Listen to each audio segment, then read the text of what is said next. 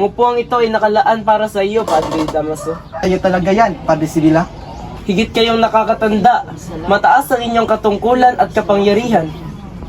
Hindi ako ganun katanda. Sa tingin ko, ang upuang ito ay para talaga sa iyo, sapagkat ikaw ang kura ng bayang ito. Sumusunod lamang ako sa inyong... Hindi ko inuutos. Hindi ko inuutos. Ko, huwag ka nang tumindig. Ang salong na ito'y sadya kong pinahanda bilang mapasalamat sa Birhen. Sa iyong pagdating, hiyain ang supas.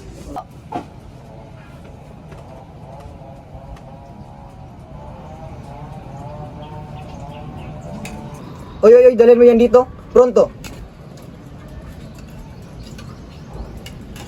Sa lahat ng pagkain dito sa Las Pilipinas, ang tinola ang aking pinakapaborito.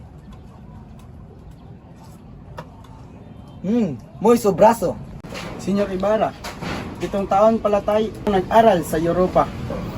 Mabuti hindi mo nakalimutan ang Las Pilipinas. Hindi po. Kahit tila nalimot na ako ng ating bayan. Kikires dispid. Halos 1 taon na wala akong nabalita maging sa San Diego. Kaya hanggang ngayon wala pa rin akong alam kung kailan at ano ang pagkamatay ng aking ama.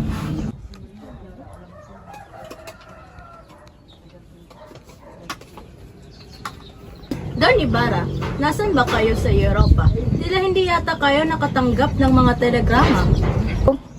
Pedro Nemesis, senyor o si senyora, para hindi maging malungkot ang ating usapan, lalo nating nasa gitna tayo ng kasiyahan. Ito na lamang ang inyong sagutin. Senyor, ano ang mga nakita nyo katangian sa mga bansang inyong napuntahan? Ganyan bang epekto ng edukasyon sa Europa? Naumid ng dila na parang isang pipe. Napansin ko lamang na ang kaunlaran o kahirapan ng mga mamayan ay isang bayan ay katimbang lamang ng kalayaan o di kaya ang kawalan nito. Sa mga bansang inyong narating, ano ang tumatak sa inyong isipan? Yan lang ba natutunan mo sa Europa? Sa tagal-tagal mo doon ng laki ng ginugol mo, yan lang yung natatandaan mo? Wag na po sana kayong magtaka kung gayan na lamang po ang trato sa akin ng ating mahal na kura. Noon pa man ay gaya ng siyang maglambing. Simula ng mga masmas pa lamang kami, naalala ko pa noon si Padre. Madalas mong bisitahin ang aking ama para sumalo sa tanghalian o kaya hapunan. Perez, ganyan ba pagtingin mo sa akin?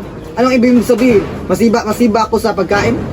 Senyores Tios, kababalik ko lamang sa Europa.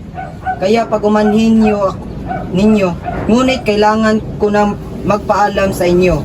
Babalik na ako sa San Diego. Sa ikalawa, para sa todo Las Santos, kaya't may kailangan akong tagpuin. Tumayo na lamang tayo, alang-alang sa Las Pilipinas at Espanya. Salud! Salud! Hindi ka na ba talaga mapipigil ang umalis? Sana hintayin mo pa ang aking bulaklak. Na si Maria Clara, alam kong matagal ka na niyang hinihintay. Masama na ho ang loob ng praile sa akin. Babalik na lamang po ako bukas. Musyas gracias sa hapunan.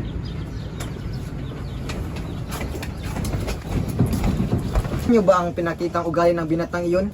Nakatungtong lang sa Europa, naging palabo ng kitento. Bueno niya primero.